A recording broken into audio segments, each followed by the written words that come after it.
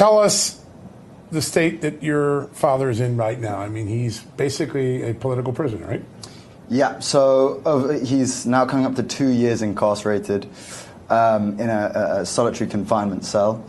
The state of the cell he's in is awful, quite frankly. He's showering in muddy water. I don't just mean unfiltered water, it's literally muddy, dirty water.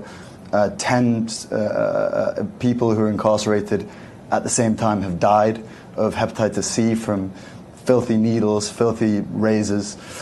So right now he's in really, really poor conditions, and it looks like they're getting worse and worse by the moment. So we're looking for any way out possible. Yeah. Who are some of your dad's allies? Who are those people, maybe in Pakistan or across the globe, who can help? So we're looking to America at the moment because a lot of the people here have expressed concern. It seems like it might be the only kind of route out at the moment, because it seems like the establishment over there aren't responding to the UN or Amnesty International's statement saying it's an unlawful incarceration. So we're looking to America at the moment. And it's an interesting coalition of people that all agree on this, right? You got Amnesty International, tends to lean a little bit to the left in American politics. Yeah. You got Rick Grinnell, one of the closest advisors to President Trump. There seems to be a very large concern that the way this whole case is unfolded and the conditions that your dad are in now just isn't the norm, even for Pakistan.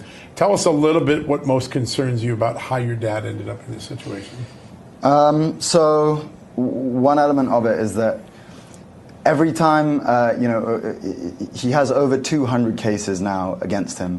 And every time he's cleared of a case, or a case gets overturned, they put 4 or 5 more on him. So there doesn't really seem like any way out at the moment.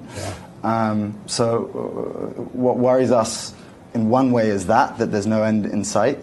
But also we're not able to speak to him. We conducted an interview about 4 months ago, talking about the human rights issues and violations. Before that, there were moments of, he went 10 days without any light in his cell, which is a torture tactic. And so we spoke out about it on an interview with Marian Naufel. And as a result of that, they doubled down. He gets only 2 hours a day in daylight. And we're just not able to speak to him at all since then. So it's been 4 months since we've spoken to him. As well as that, the doctors aren't able to go and visit him. It's been 8 months since he's seen his own personal doctor, and the current doctors have allowed 10 people to die only in the past 2 weeks. So we're naturally very concerned. Yeah, for sure. I want to be very sensitive when I bring this up, because it's clear that anytime you bring your dad's case to light to the American, to anybody, that there is some type of repercussion. How do you discern what to say and what not to say to protect your dad? I mean, I'm no politician. I'm not looking to be a politician. I'm just here looking to get him out of jail.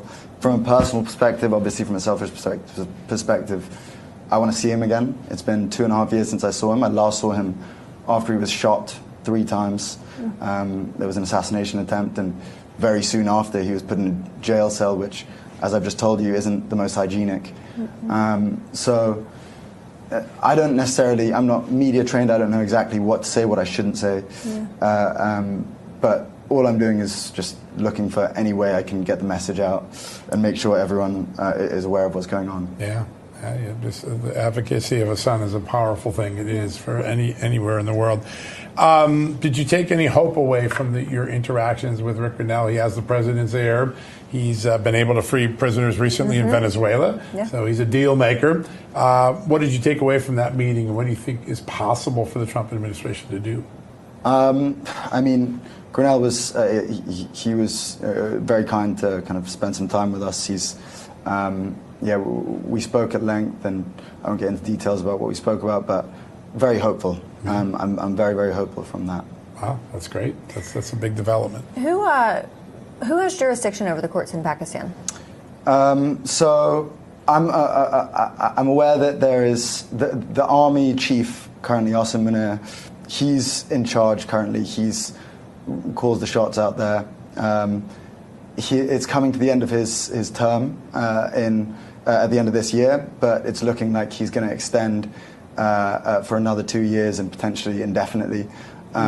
So over there, it's sort of looking like a dictatorship of sorts. We don't know when his reign will end, and we're under the impression that he's somewhat leading my father's imprisonment.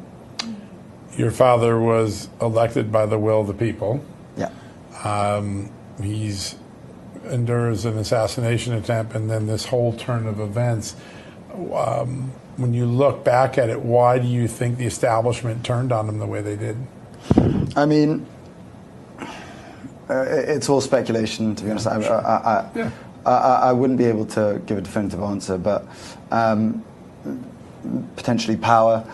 But as you said, he won the election from a prison cell with a two-third majority. So pretty remarkable. On one side, it's me and my brother plead from a personal perspective, but the 250 million people in Pakistan also deserve to have their voices heard. They voted him in, and even with vicious rigging, to the point where they removed the cricket bat, which was the symbol of it's synonymous with my father. Sure. In a country with a high illiteracy rate, days before the election, they turned off the power the day of the election, right. So there was no internet connection. The amount of underhand tactics they used before the election to rig it against his favor.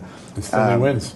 Yeah, and still he managed to win. Yeah. But they should be heard as well, the people of Pakistan as well as us. Yeah,